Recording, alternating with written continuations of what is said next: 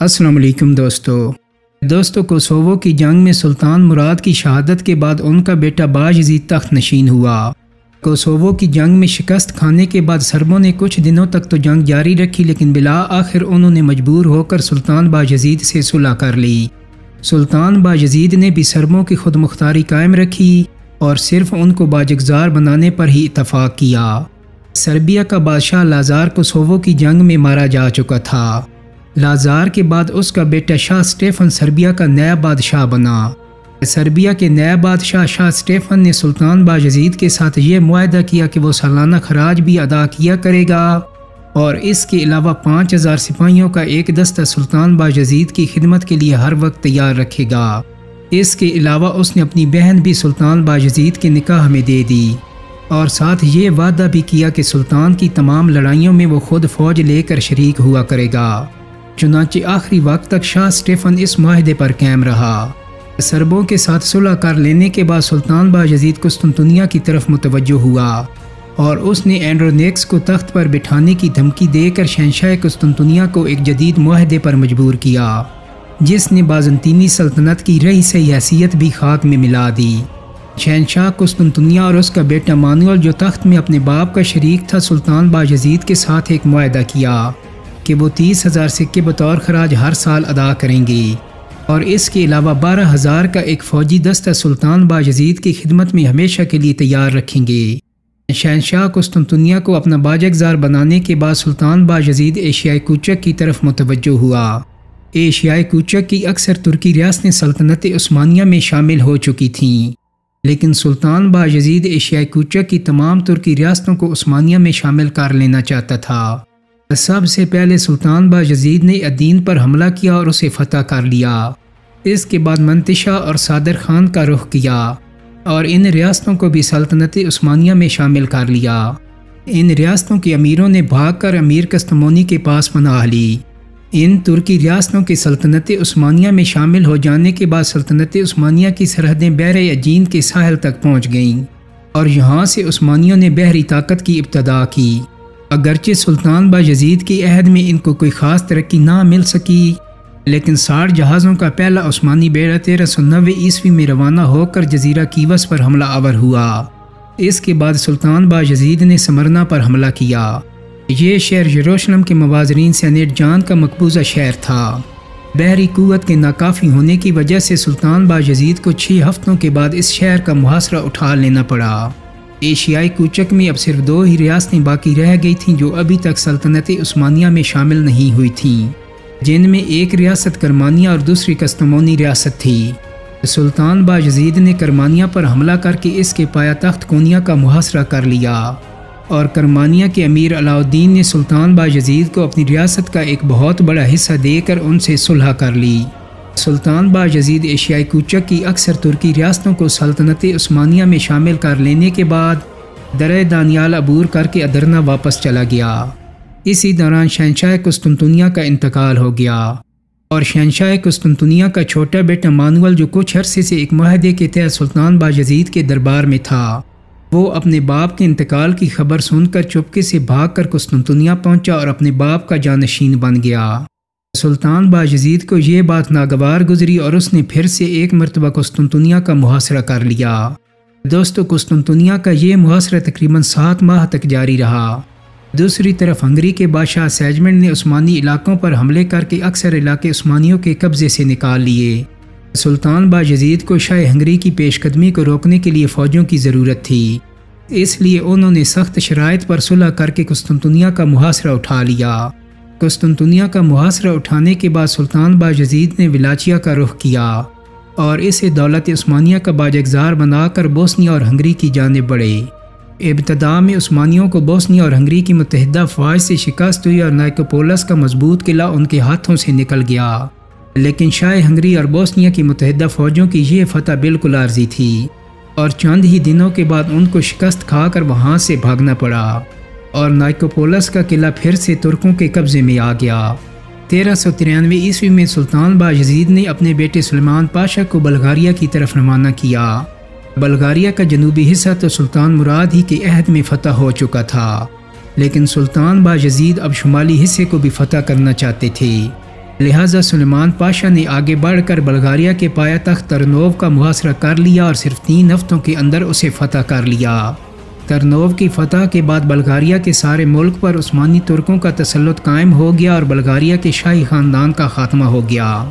Bulgaria کے جن باشندوں نے اسلام قبول کر لیا ان کی زمینیں ان کے قبضے میں ہی چھوڑ دی گئیں، لیکن باقی سارا علاقہ فوجی جاگیروں کی شکل میں عثمانی ترکوں نے اپنے قبضے میں لے لیا۔ نائکوپولس کا مضبوط قلعہ پہلے ہی عثمانیوں کے قبضے میں تھا، لیکن اس کے بعد سلطان باجزید نے بدین اور سلیسٹریا کے مضبوط قلعوں پر بھی قبضہ کر لیا۔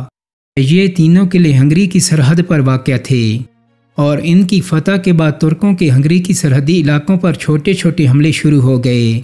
سلطان باجزید ہنگری پر ایک بڑے حملے کی تیاری کر ہی رہا تھا کہ یکدم اسے ایشیائے کوچہ کی جانب متوجہ ہونا پڑا، کیونکہ امیر کرمانیہ علاء الدین نے عثمانی علاقوں پر حملے شروع کر دیے تھے۔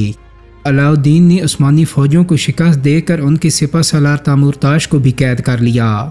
یہ خبر سن کر سلطان باجزید فوراً اناطولیہ پہنچا اور اس نے امیر علاء الدین کو شکست دے کر اس کے اور اس کے دونوں بیٹوں کو قید کر لیا۔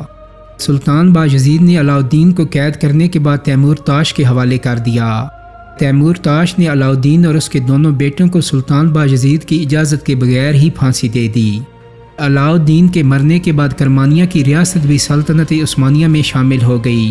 دوستو اس کے بعد 1393 سے 94 عیسوی کے درمیان سلطان باجزید نے سواس، سمسون اور اماسیہ میں اپنی فوجیں روانہ کر کے ان علاقوں کو بھی فتح کر لیا۔ اب صرف کستمونی ریاستی سلطنت عثمانیہ میں شامل ہونے سے رہ گئی تھی۔ دوسری مفتوحہ ریاستوں کے امراء بھی کستمونی میں جا کر پناہ لے رہے تھے، لہٰذا اسی بات کو بہانہ بنا کر سلطان باجزید نے کستمونی پر بھی حملہ کر دیا اور اناطولیہ کی اس آخری ترکی ریاست کو بھی سلطنت عثمانیہ میں شامل کر لیا۔ یورپ اور ایشیا کی ان عظیم الشان فتوحات کے بعد سلطان باجزید نے کچھ دنوں آرام کا قصد کیا اور وہ اپنے محل میں عیش و عشرت میں مصروف ہو گئے، یہاں تک کہ اس نے اپنی عیسائی بیوی کے کہنے پر شراب بھی شروع کر دی، جسے اس سے پہلے کسی عثمانی سلطان نے ہاتھ تک نہیں لگایا تھا۔ لیکن جب سلطان باجزید نے یہ سنا کہ یورپ نے صلیبی اتحاد کر کے عثمانی سلطنت کے خاتمے کا فیصلہ کر لیا ہے، تو وہ بھی اس اتحاد کے خلاف جنگی تیاریوں میں مصروف ہو گیا۔ نائکوپولس، ویدین اور سلیسٹریا کے فتح ہو جانے کے بعد عثمانی ترکوں کے لیے ہنگری کے راستے کھل گئے تھے اور اس سے عاجز آ کر شاہ ہنگری نے یورپ کی سلطنتوں سے مدد طلب کی۔ اس نے پاپائے روم سے بھی درخواست کی کہ وہ پھر سے ایک صلیبی جنگ کی تبلیغ کریں۔ پوپ نے شاہ ہنگری کی سرپرستی کی اور ترکوں کے خلاف ایک صلیبی جنگ کی تبلیغ شروع کر دی۔ دوستو اب تک عثمانی ترکوں کے خلاف عیسائیوں کا جو اتحاد قائم ہوا تھا، اس میں مغربی یورپ کی حکومتوں نے کبھی بھی حصہ نہیں لیا تھا، لیکن اس مرتبہ شاہ ہنگری کی خاص کوشش سے فرانس بھی ان کی مدد کے لیے اپنی فوجیں روانہ کرنے کے لیے راضی ہو گیا۔ اتفاق سے اس زمانے میں فرانس اور انگلستان کے درمیان جنگ موقوف ہو چکی تھی، جس کی وجہ سے فرانس کو اس اتحاد میں شرکت میں تأمل نہ ہوا۔ فرانس اور برگنڈی کے پرجوش نوجوان بھی مشرقی یورپ کے میدانوں میں اپنی شجاعت کے جوہر دکھانے کے لیے بے چین تھے۔ طے یہ پایا کہ ڈیوک آف برگنڈی کا بیٹا کاؤنٹ ڈی نورس ایک فوج لے کر شاہ ہنگری کی مدد کے لیے روانہ ہوگا اور وہی فرانسیسی اور دوسرے سوار دستوں کا سالار اعلیٰ مقرر کیا جائے گا۔ ان صلیبی بہادروں کے پیش نظر صرف ہنگری کی ہی مدد کرنا نہ تھی، بلکہ منصوبہ یہ تھا کہ ہنگری میں باجزید کی قوت کو توڑنے کے بعد قسطنطنیہ کی جانب آگے بڑھیں اور پھر درہ دانیال کو عبور کر کے ایشیائی کوچک کے راستے شام میں داخل ہو جائیں اور ارض مقدس کو مسلمانوں سے آزاد کروائیں۔ غرض شہرت اور ناموری کے شوق میں مبارزین جوک در جوک اکٹھے ہونے لگے۔ شاہی خاندان اور فرانسیسی امراء کے ممتاز اشخاص جو فن سپاہ گری میں خاص شہرت رکھتے تھے بھی اس مقدس مہم میں شامل تھے۔ یہ منتخب فوج مارچ 1396 عیسوی میں فرانس سے روانہ ہوئی اور راستے میں جرمنی سے گزرتے ہوئے جرمنی کے شاہی خاندان کے کچھ لوگ بھی اس میں شامل ہو گئے۔ اس کے علاوہ روڈس کے مبارزین اور سینٹ جان کا اعلیٰ افسر بھی ایک مضبوط دستے کے ساتھ اس اتحاد میں شامل ہو گیا۔ ان کے علاوہ شاہ ہنگری نے بویریا اور آسٹریا کے سواروں کو بھی اس اتحاد میں شامل کر لیا، مگر ابھی بھی یورپ کے مسیح مجاہدوں کی مجموعی تعداد 10 سے 12 ہزار کے قریب تھی، لیکن وہ اپنے جذبے کے نشے میں اس قدر سرشار تھے کہ ان کا دعویٰ تھا کہ اگر آسمان بھی گر جائے تو وہ اسے اپنے نیزوں پر روک لیں گے۔ شاہ ہنگری نے اپنی مملکت سے جس قدر ممکن ہو سکا فوج فراہم کی اور ساتھ ہی اس نے امیر ولاچیا کو بھی اس صلیبی اتحاد میں شامل ہونے پر آمادہ کر لیا۔ حالانکہ تھوڑے ہی دنوں پہلے ولاچیا اور سلطنت عثمانیہ میں صلح ہوئی تھی اور امیر ولاچیا نے سالانہ خراج ادا کرنے کا معاہدہ کر کے اپنی خود مختاری کو برقرار رکھا تھا۔ اس کے علاوہ بازنطینی سلطنت جو سلطنت عثمانیہ کی باجگزار تھی، اس نے بھی اس صلیبی اتحاد میں حصہ لیا۔